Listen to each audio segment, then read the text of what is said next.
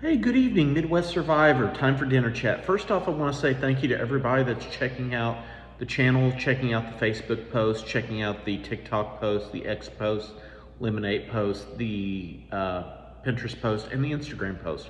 Thank you for that. Be sure to click like and subscribe.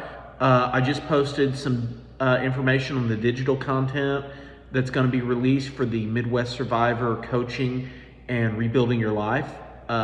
Be sure to check that out on the community as well. Be sure to click like and subscribe to the channel. We need 40 more subscribers so that we can increase our live chat capabilities so that we can go live longer and actually have a live chat and have people contribute and offer questions. So if you like the content and you like what's being produced, click like and subscribe on the channel. And if you do that, we will be able to increase our coverage as far as live chat goes. So today's dinner chat topic is stop apologizing for their choices. It's a setup. So, we're talking about one of the most confusing, manipulative tactics that people experience in emotionally abusive relationships. And the statement is extremely simple, but has so many facets and twists to it. Stop apologizing for their choices. And if you've been around it long enough, you kind of know what to look for here. And it's basically some things along these lines that you'll often hear people say. Look what you made me do. Look at what you made me do. Or if you hadn't said that, I wouldn't have reacted this way. Or you pushed me too far. This is your fault. And if you've heard these things, if you've heard anything close to these things, tonight's dinner chat is specifically for you. So let's break it down. What is really happening whenever these things are said? So imagine, if you will, this. Someone has insulted you.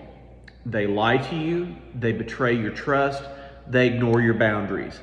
Then finally, when you finally react with hurt, frustration, anger, they act as if suddenly your reaction is the problem and the reason why they chose to do that is the real issue. Your reaction is the real issue, not what has happened to you.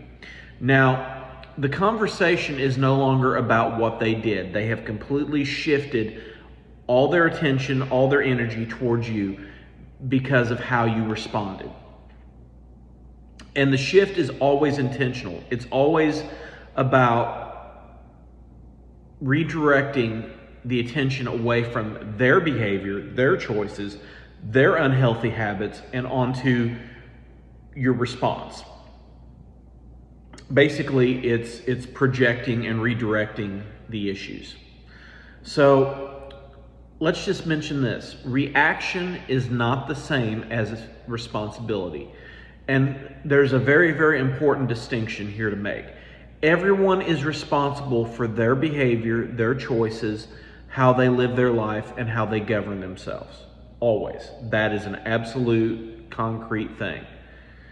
No matter how upset someone becomes, they can still choose what they say, what they do, whether they lie, whether they scream, whether they manipulate, whether they become physically, emotionally, verbally, financially abusive towards you.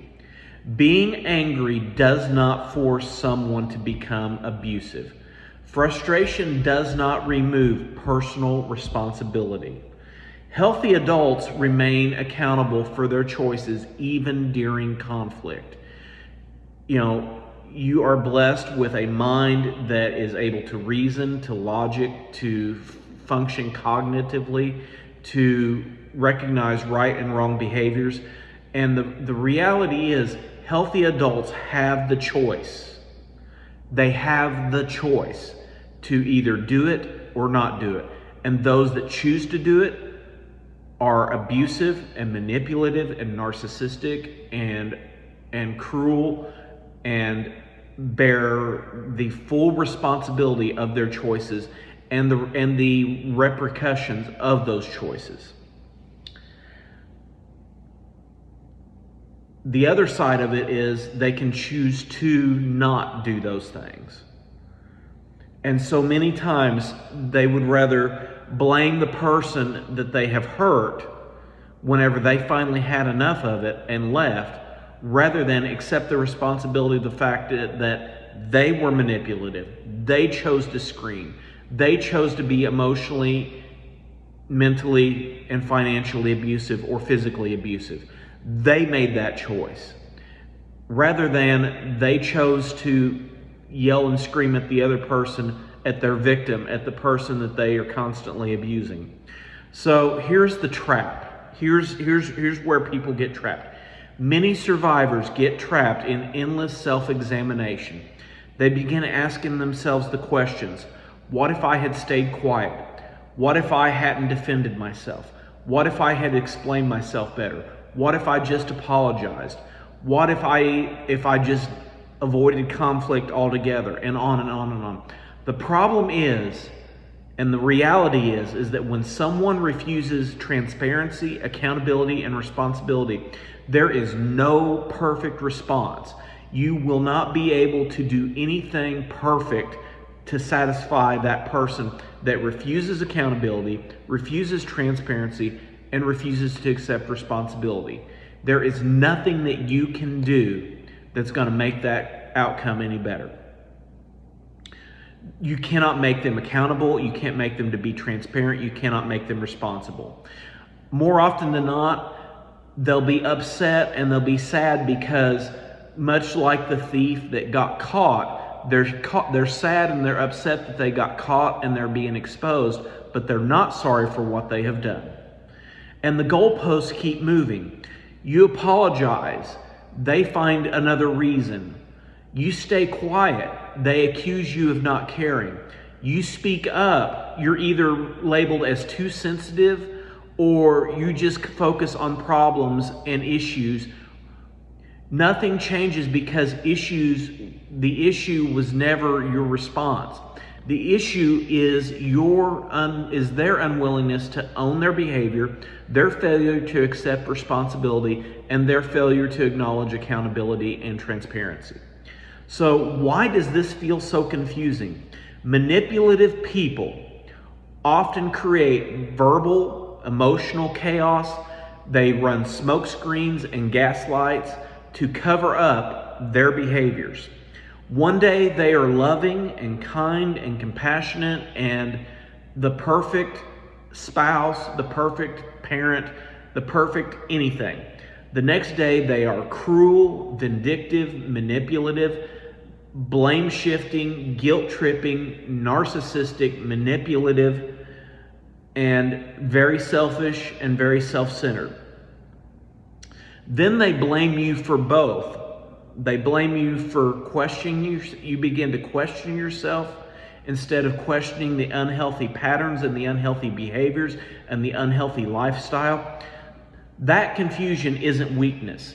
It is often the result of verbal abuse, emotional manipulation, mental cruelty, and years of constant abuse. Healthy people handle things differently. They handle conflict differently. They handle relationship problems differently. They handle behavioral issues differently. They just handle things differently in general. Healthy relationships sound different. Someone who is emotionally mature might say, I shouldn't have spoken to you that way. I was frustrated, but that does not excuse my behavior. I'm sorry, let me make this right. What can I do differently the next time? Notice the language. No excuses, no blame shifting, no gaslighting, no anger, just accountability, transparency, responsibility. And I keep saying this until I'm blue in the face, and I will keep saying this until my last breath. Boundaries are not abuse. Sometimes people become angry simply because you said no or you drew a line. Maybe you refused to loan money. Maybe you challenged dishonesty. Maybe you stopped accepting disrespect.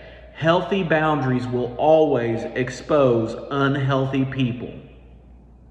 Not because boundaries are wrong, not because boundaries limit, but because manipulation only works whenever there are no boundaries at all, no guidelines, no rules. That is when manipulation, chaos, and dysfunction and disrespect thrive. Because when there are no boundaries, there are no guidelines. When there are no guidelines, there are no rules. And when there are no rules, there is chaos, there's manipulation, there's gaslighting, there's everything that is dysfunctional about dysfunctional people. So here's one thing that has taken me a long time to realize. You are not responsible for managing someone else's character or lack thereof. One of the hardest lessons that survivors are going to learn, and I have learned it and I am still learning it myself. You cannot love someone to be accountable, responsible, or transparent. You cannot explain someone to be empathetic, kind, caring, and compassionate. You cannot sacrifice enough for someone to choose honesty, integrity, and personal character building. Character is a personal decision and personal choice. Every single day that you live, you have to choose whether to have character or whether you be a character. And believe me, there's a big difference. My grandpa always used to say, there are those that have character and that there are those that are characters. And you will learn quickly who has character and who is a character. Characters are people who play a role. They put on a mask. They say the right things when it's the right moment. They do the right things when it's the right moment. But when the light is off of them, they can flip their character around. People that have character, they are the same person whether the light is on them or whether the light is off of them. So here's some things to ask yourself.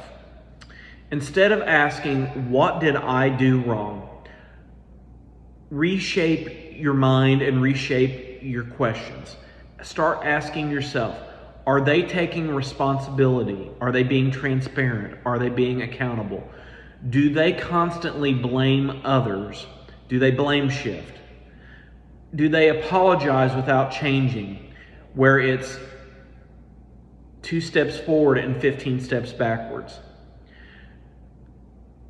Does the apology, is it just words, or is there actions and character behind the words? Am I always the one trying to fix everything?